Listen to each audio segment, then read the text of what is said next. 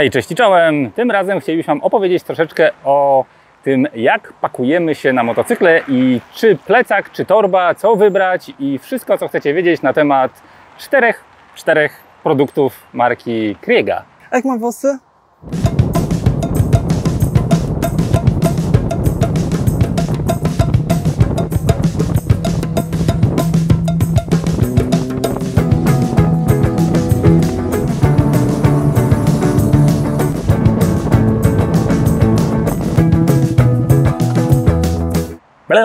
Dużo, wiesz, tych problemów.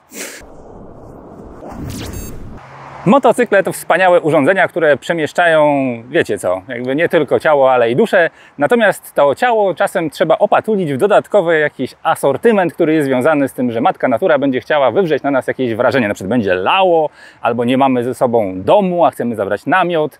Może byśmy chcieli zabrać ze sobą kamery i zestaw audio, który będzie nam pozwalał nagrywać takie wspaniałe filmy. No i dochodzimy do takiego punktu, w którym wielu motocyklistów mówi: zaraz, chwila, moment, jak kupiłeś sporta, to się nie pchaj w jakąś turystykę, bo to nie jest do tego sprzęt. No i okazuje się, że producenci motocykli i producenci akcesoriów motocyklowych pozwalają na stworzenie hybryd. Czyli jeżeli macie motocykl Supermoto albo macie motocykl, który w założeniu jest off-roadowym motocyklem, a chcecie go zabrać w daleką podróż w Alpy, to na przykład Hypermotard dało się w jakiś sposób udoskonalić za pomocą kilku prostych gadżetów. Tutaj przed Wami stoi GSX-R wyposażony w torbę, a tu stoi Krzysztof, który może być wyposażony w plecak. Jak ktoś bardzo chce, może być jeszcze tankbag albo nereczka. Ale ten film będzie poświęcony wyższości świąt Bożego Narodzenia nad świętami Wielkiej Nocy, czyli czy plecak, czy torba, czy ma to jakieś znaczenie i jak to ugryźć. Na dzień dobry chciałbym zacząć od plecaków. Plecak to proza życia. Chodząc do szkoły zapewne już zauważyliście, że takie małe szkraby biegające ze spadochronami bardzo dużo rzeczy mają w środku pochowane. Począwszy od kredek, piórników i innych rzeczy, znajdują się tam bardzo dziwne utensylia, które służą do wielu rzeczy niezwiązanych z nauką, a motocykliści zabierają ze sobą przedmioty, które na pozór mogą wydawać się ryzykowne. I teraz pierwsze ostrzeżenie. Jeżeli chcecie zabrać ze sobą laptopa, to nie przypinajcie go na sztywno do pojazdu, ponieważ laptop może ulec uszkodzeniu, nie w momencie, kiedy ten motocykl wywinie orła, bo wtedy na pewno, ale od wibracji motocykla sama elektronika czy optyka, jeżeli macie na przykład sprzęt wideo, może ulec uszkodzeniu. Plecak jest tutaj bardzo dobrym rozwiązaniem, ponieważ można do niego schować między innymi laptopa. I teraz, jeżeli będziecie szukali takiego plecaka, który sprosta Waszym oczekiwaniom, to najpierw sprawdźcie, jakiego macie laptopa. Potem zwróćcie uwagę na plecak Kriega R22. Mamy rolltop, który też ważne, żebyście zwijali w kierunku, który nie pozwoli matce naturze wedrzeć się do środka i nawet jeżeli będzie zawinięty na raz, bo macie tak dużego laptopa albo tak napchacie dużo towaru, to żeby nadal zachował swoją wodoodpornością. Biel, która Was oślepia, to jest wewnętrzny worek, który jest wodoodporny i jest wyjmowalny. Jeżeli byście chcieli go uprać, wyleje Wam się browar, jakby różne rzeczy się dzieją. A w środku możecie schować laptopa do rozmiaru 17 cali. Ja go nie będę wyciągał, bo to jest taki laptop, na którym składamy filmy i trzeba o niego dbać, bo bez niego filmów nie będzie. Jest to plecak, który w całym swoim gabarycie ma 22 litry. 18 znajduje się w tej komorze jasnej, która nie zawiera żadnych dodatkowych kieszeni i 4 litry znajdują się w tej przestrzeni, którą zaraz Wam otworzę. Ona nie jest już wodoodporna, ale jest na suwak, jest dostępna od zewnątrz i każdy, kto by chciał tam włożyć łapsko, to tam je wsadzi. Tutaj przywieźliśmy właśnie na plan naszego gimbala, kamery i inne cuda, więc aktualnie jest tu pustka. Materiały, które zostały użyte do konstrukcji tego plecaka, nie biorą jeńców. Kriega od bardzo dawna słynie z tego, że poważnie podchodzi do tematu i plecaki i torby robi na bardzo wysokim poziomie, stąd też dosyć wysoka cena, która jest bardzo uzasadniona. Plecak jest zrobiony z kordury. Uwaga! Druga ważna rzecz. Wszystkie suwaki są YKK, czyli bardzo renomowanej marki. Ale patent, który tutaj został wykorzystany i jest najfajniejszą rzeczą, jaką udało mi się spotkać w plecaku, to są właśnie te szelki. Proza życia. Niby szelka jak każda inna. I to jest system, który nazywa się Quadlock. Nie tak jak Quadlock, ten tu Quadlock, tylko Quadlock. W założeniu tego systemu jest przeniesienie obciążenia plecaka z punktów, które są na barkach wyłącznie, na całą klatkę piersiową. I muszę Wam powiedzieć, że jak głupio to nie brzmi, to działa. Zawartość tego plecaka nie doskwiera mi w czasie jazdy. Dla tych wszystkich, którzy hołdują pasom biodrowym w plecakach, żeby ta masa i dociśnięcie tego plecaka do ciała było lepsze, plecaki są wyposażone w paski na biodra, które jak ktoś bardzo ich nie lubi, może sobie je odpiąć. Ale ja je lubię, więc zostają. Sam system tych pasków oczywiście ma bardzo duże regulacje. Możemy dociągać sobie ten plecak zależnie od tego, jak już mamy go na sobie. To mamy taką fajną lupkę i ona bardzo pomaga w tym, żeby dociągnąć ten pasek. Ale magiczny jest system mocowania, może z tej perspektywy będzie lepiej widać. W środku, pod tym meszem, który zresztą też jest zarąbisty, bo odsuwa ten plecak troszeczkę od ciała, on jest bardzo sztywny i nasze plecy, które i tak nie mogą za bardzo spod plecaka oddychać i to jest jedna z większych wad plecaka, ale dzięki temu meszowi jest już trochę łatwiej, ale jak widzicie, można schować dużą część tego paska. Dlaczego? Dlatego, że tu jest regulacja i te kropeczki nie są bez przyczyny tutaj użyte. To jest poziom średni i to są poziomy, kiedy pasek jest maksymalnie długi i maksymalnie krótki. Możemy regulować sobie za pośrednictwem tego paska, jak bardzo chcemy mieć te paski wydłużone.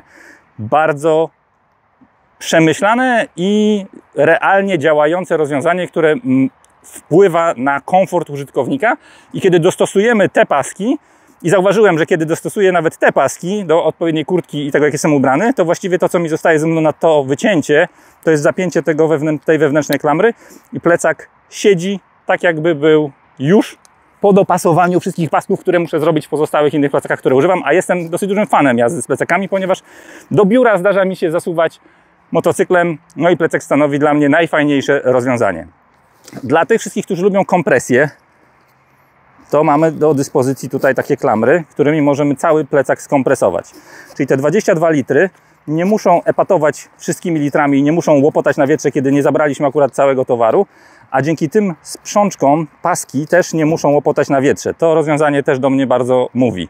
Dromader ze sportowego motocykla. Jeżeli jesteście w stanie zabezpieczyć swój pojazd przed ewentualnymi urazami związanymi z kontaktem z towarem, który chcecie przewieźć, za pośrednictwem na przykład płyty, to jesteście gotowi na to, żeby zrezygnować z wożenia czegoś, co blokuje Waszą wentylację w kurtce i możecie przejść na level up, czyli zabrać cały swój towar na tył, czyli nie będzie Was krępował.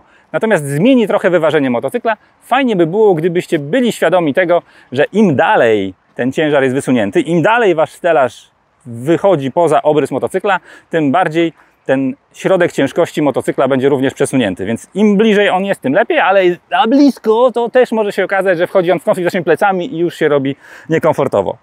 Kriega zrobiła taką torbę US40. US40 oznacza pojemność w litrach. I to, co mnie urzeka w tym produkcie, ponieważ ja generalnie jestem starej daty i ja bardzo lubię worki żeglarskie i z takimi workami spędziłem bardzo dużą część swojego życia w różnych sytuacjach życiowych. Więc mam ten temat, powiedzmy, w miarę rozkminiony. W workach często przeszkadzało mi to, że jest możliwość wejścia do woreczka z jednej strony i dostęp do mojego towaru, który znajduje się w środku. Ale co jest, jak ja spakowałem tu moją najpotrzebniejszą w obecnej chwili, w obecnej sytuacji rzecz i co zrobić, żeby nie wyjmować wszystkiego z tej cholernej torby, a mieć dostęp do najpotrzebniejszej w tym momencie rzeczy. Mocno przemyślane tematy. To wszystko jest schowane, te wszystkie pasy i taśmy mają swoje przemyślane miejsca i można je w prosty sposób dociągać i zabezpieczać paski przed łopotaniem. To w ogóle za chwilę o tym będzie więcej. Zapraszam z tej strony, uwaga, nie wleź na laptopa. Ta oto piękna torba ma taki sam system otwierania z obu stron. Magiczne, fantastyczne i robi robotę jak cholera. Dla mnie to jest game changer, bardzo mi się to podoba i mogę sobie teraz schować dwie rzeczy z dwóch różnych stron. Pamiętajcie, żeby zwijać te wszystkie rolltopy tak, żeby nie miała szans woda się dostać, bo to jest jeden z błędów, który wielu popełniło, ja również i potem niestety mokre gacie bywają super przykre. Jak to wszystko zamontować do motocykla w prosty sposób, przejść się z tym i nie mieć z tym kłopotu? Uwaga, proszę tu. Robimy tak. Ciach, ciach. Teraz z przodu robimy drugie ciach, ale to już dubelek. I mamy paskotorbę, torbopasek, który możemy również sobie wyregulować, jakbyśmy bardzo chcieli, bo mamy ramię większe niż standardowe. I uwaga, tada! Torba US40, jak sama nazwa wskazuje, jest w stanie pomieścić do 40 litrów czegokolwiek, co byście zamarzyli sobie tam wziąć, i można ją rozłożyć na dosyć dużą powierzchnię. I postaram się to zasymulować. Oczywiście ja teraz mam tam mniej towaru, ale oczami wyobraźni, jeżeli dacie radę, to jest mniej więcej maksymalna wartość, jaką można uzyskać w tej torbie, bo wtedy mamy zawinięcie tych pasków, możemy je spiąć i paski sięgną do tego, żeby mieć taką bułę z tyłu, która tak na oko jest mniej więcej szerokości Giggsa, może nawet odrobinę szersza.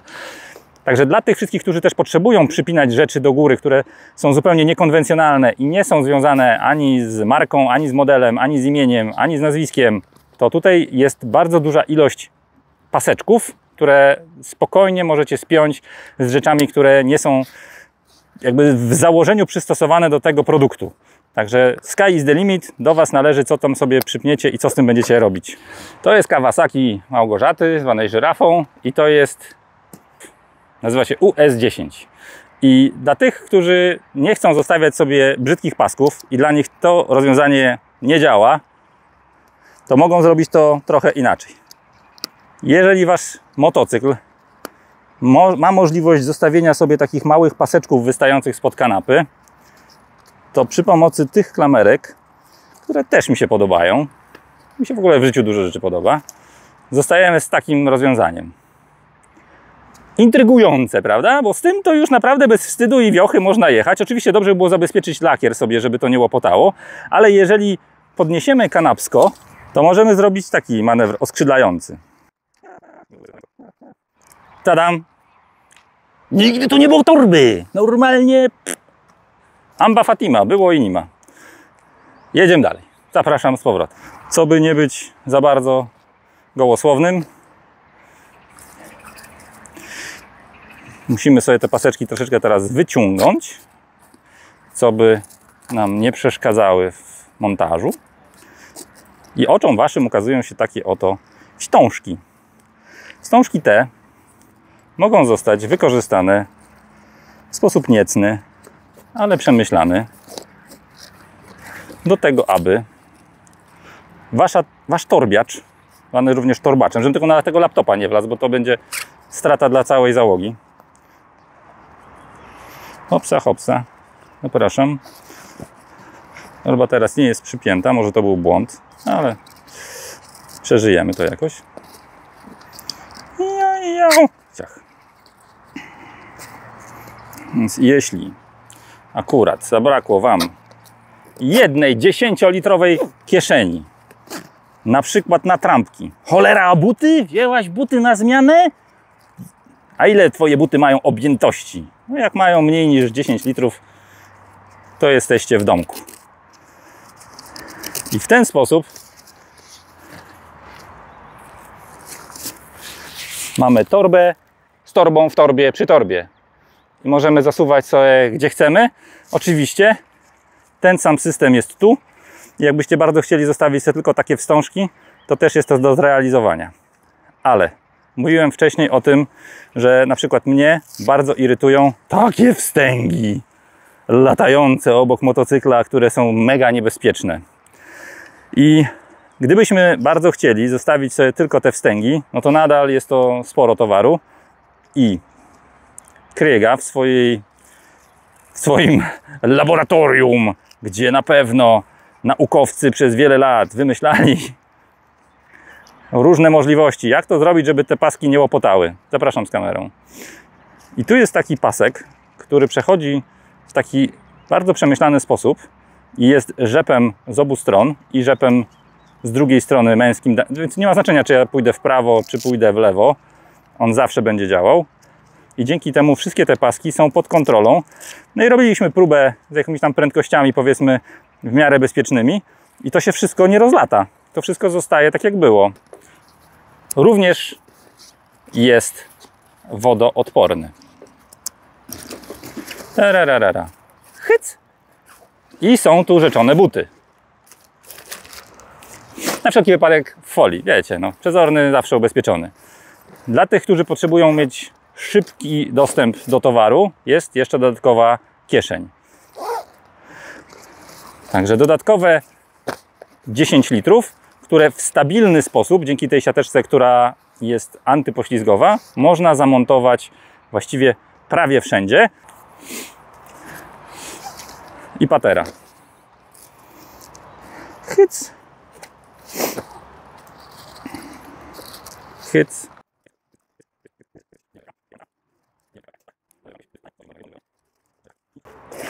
I niniejszym mamy plecak z dodatkową zewnętrzną kieszenią. Nie tracimy dostępu do podstawowej funkcji, czyli do tej kieszeni, która była dla nas intrygująca i interesująca. I mamy dodatkową kieszeń, która po wypchnięciu oczywiście nie będzie tak wisiała smutno. Może nie wygląda to teraz pięknie, bo jest pusto, a na pusto nie wszystkie rzeczy wyglądają ładnie, ale możecie mi zaufać, robi robotę, działa. Macie bardzo uniwersalne rozwiązania, które możecie kombinować w wiele zestawów, ale to nie jest koniec tej opowieści. A oto oczom waszym ukazuje się Trail 18. Trail 18 jest plecakiem, który może występować w innym kolorze niż czarny. Gama kolorów jest całkiem spora i możecie sobie powybierać. My zdecydowaliśmy się na to, że lepiej widoczny, widocznie lepszy, więc ten kolor do nas przemówił najbardziej. Jest to plecak, który, jak sama nazwa wskazuje, ma 18 litrów i jest dosyć wąski, więc nie każdy laptopik ani tablecik tu wejdzie. Musicie sobie najpierw to zmierzyć i zweryfikować, czy tam wejdzie. Natomiast ta torba ma kilka bardzo ciekawych zastosowań i gadżetów. Ma wodoodporną kieszeń, do której wpakowałem Małgorzacie, żeby nie jechała na pusto, dużo rzeczy. Ta przestrzeń ma litrów 11. Znowu zwijamy to zgodnie z instrukcją montażu. Ale za to komora, która znajduje się przy plecach, zapinana na suwak i rozpinana asymetrycznie, bo rozpinana w taki sposób, ma litrów 7 i wewnątrz jej, poza jabłkiem i bluzą, znajduje się jeszcze litrowa torba, która jest wodoodporna, bo ta nie jest, i ona ma sporo możliwości organizowania. Możemy sobie powiesić kable, słuchawki i są tutaj też na dole dwie małe kieszenie, przegródki, w których możemy włożyć rzeczy, które dla nas są, nie chcemy, żeby latały luzem. Ten plecak ma dużo więcej małych kieszeni, zastosowań takich, gdzie możemy podwiesić klucze. Jest plecakiem dla tych wszystkich, którzy lubią gadżety i nie lubią mieć organizera w plecaku, takiego luzem, tylko chcą, żeby plecak już w sobie posiadał organizer. To tyle. Jeżeli chcecie poznać opinię najwyższej formy życia, to nastąpi ona za chwilę. Kilka słów do mikrofonu na temat user experience.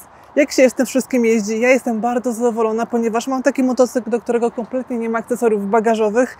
Oczywiście ktoś powie, no ale po co do takiego motocykla torowego, małego, małej pojemności akcesoria bagażowe, kto tym będzie gdziekolwiek jedzie? Otóż ja mam zamiar jeździć po całej Polsce, świecie, gdzie tylko zechcę, bo ten motocykl bardzo mi odpowiada i jego osiągi są dla mnie wystarczające, więc tyle na temat motocykla.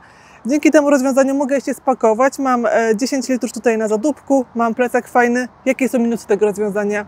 Ja, jeżeli mogłabym wybierać i mogłabym sobie dowolnie zamontować część bagażową, najpierw bym kupiła tank bag. Jest on bardziej widoczny, łatwy w montażu, łatwiejszy w montażu, demontażu. No i mam go zawsze na oku, widzę, czy tam mam dosunięte wszystko, czy nic nie powiewa, nie wypada z niego. To rozwiązanie jest jakimś takim dodatkowym, drugim, gdzie bym sobie zainstalowała je dopiero, gdybym nie miała tego tank baga, ale jeżeli jedziemy gdzieś daleko, to wiadomo, że i tank bag, i coś na zadupek, i plecak, to wszystko się tak naprawdę przydaje, plus jeszcze jakaś tam nerka, kieszenie cargo, no i te wszystkie bariery, które gdzieś tam są robione dla motocyklistów. To, co nie lubię w tych rozwiązaniach, to są właśnie te różne rzeczy, które wymagają trochę czasu, żeby im poświęcić, tak? Czyli leje deszcz, zatrzymujemy się pod hotelem, to jeszcze musimy sobie to wszystko podpinać, te paseczki powyjmować, więc trochę to czasu zajmuje, trzeba to kanapę jednak zdjąć, schować to wszystko. I co ja bym tutaj zmieniła? Bym zmieniła jakby te zameczki też na męski, żeński, tak żeby one po zdjęciu tej torby się jednak łączyły ze sobą, tak? Tutaj też można to zmienić, tak żeby i zapiąć torbę i żeby połączyć jakby te dwa elementy, żeby nie trzeba było ich za każdym razem odpinać, chować pod kanapę, nie wiem, ewentualnie byłoby to narażone na kradzież, jakąś złośliwość, bo raczej to się nikomu nie przyda, ale ja bym przynajmniej tak zrobiła. Na co jeszcze musicie uważać? Na to, że jeżeli jedziecie z plecakiem i macie coś na zadupku, będzie kolizja w momencie, kiedy się będziecie prostować, kiedy będziecie stawali na światłach, kiedy będziecie chcieli w dalekiej podróży właśnie ten kręgosłup wyprostować, przeciągać się i tak dalej. To będzie kolizja, ten plecak będzie Wam podchodził do góry. Ok, oczywista sprawa, ale mówię o tym, bo ja na przykład jak jeżdżę po mieście, to mi to trochę przeszkadza, więc warto też o tym pamiętać. Pamiętajcie też, żeby nie kłaść takich najcięższych rzeczy do plecaka, ponieważ obciążacie plecy, kręgosłup, barki i tak dalej. Ciężar podnosi się do góry, no i też wchodzenie w zakręty, jakieś manewrowanie motocyklem, też trochę się to inaczej odczuwa i trzeba o tym pamiętać. Oczywiście nie ma tu ogromnej różnicy, ale też pamiętajcie o tym, że jednak takie też drobne zmiany wpływają na to, że jak są Wasze odczucia na motocyklu i jak on sobie gdzieś tam pokonuje te i pożera różne kilometry. Generalnie bardzo mi się te rzeczy podobają. Naprawdę to są rozwiązania dla takich osób jak ja, które mają motocykl, do którego kompletnie nie ma żadnych akcesoriów, więc super, że to jest, bardzo się cieszę. Poproszę tylko tutaj męskie, żeńskie, żeby było bardziej sexy i będzie super. Podsumowując, czy plecak, czy torba, to wszystko zależy. Zależy od tego, czy chcecie mieć laptopa, czy chcecie przewozić sprzęt wideo, czy chcecie spakować absurdalnie dużą ilość towaru, czy chcecie jeździć po mieście, czy nie chcecie obciążać pleców. Wybór jest po Waszej stronie. Jeżeli chodzi o plecak, na pewno możecie zweryfikować to jeżdżąc z dowolnym plecakiem, jaki macie. Jeżeli chodzi o torbę, pamiętajcie, że najważniejsze jest bezpieczne zamontowanie jej na motocyklu, tak żeby nie odleciała, żaden element się nie odpiął, no i żeby Wasz motocykl nie został porysowany. Jeżeli macie jakieś pytania do tego filmu, zachęcamy do komentowania. Jeżeli macie pytania do produktów, również chętnie Wam odpowiemy. Będziemy ten sprzęt katować przez cały sezon, co najmniej jeden i przynajmniej jeden srogi wyjazd nam się uda zrobić, mam nadzieję, w tym roku. Do zobaczenia następnym razem. Pozdrawiamy. Pa!